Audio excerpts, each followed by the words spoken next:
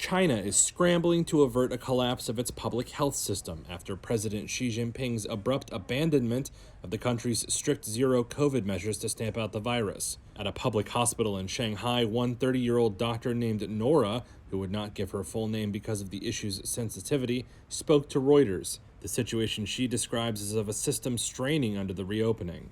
Nora says patients fight with doctors to access cough medicines and painkillers that are in short supply, that medics are overloaded, that infected staff continue to work because personnel are so scarce. Especially the doctors working in the emergency department and the infection disease department who have direct contact with COVID patients. They are in short supply because many doctors are on leave. The remaining doctors must take over to maintain normalcy in the medical system. The workload is quite heavy, but the requirement from the hospital is this: if you test positive and experience mild symptoms, you should continue to work.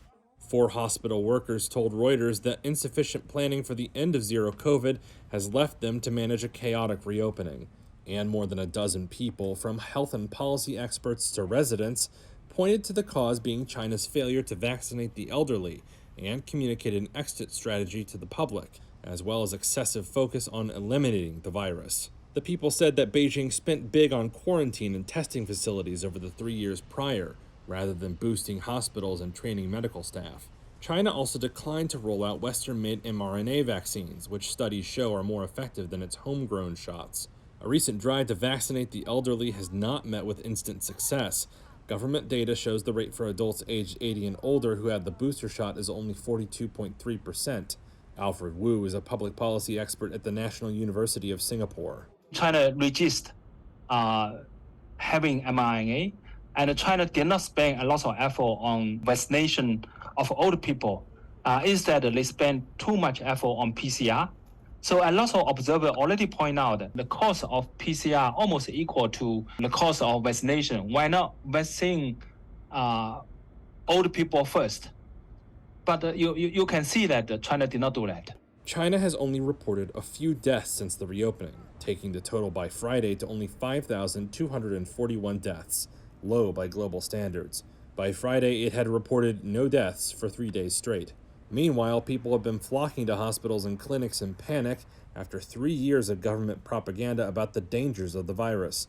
And Nora, the doctor, says new infections are rising at her Shanghai hospital, though it does not disclose the data publicly.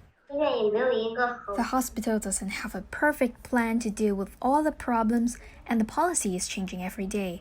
How can we make this process smoother? How can we ensure that people, including both COVID positive and negative patients, get uninterrupted medical services? The policy is still undergoing adjustment. State media has defended Beijing's approach while recasting its messaging, trying to highlight how mild the Omicron variant is. China's National Health Commission did not respond to requests for comment on how resilient the health system was or the supply of medical staff, whether there were contingency plans to cope with soaring hospital admissions, or whether strict coronavirus measures had impeded improvements to medical capacity. A health official said Friday in state-backed media that China is expecting a peak in COVID infections within a week.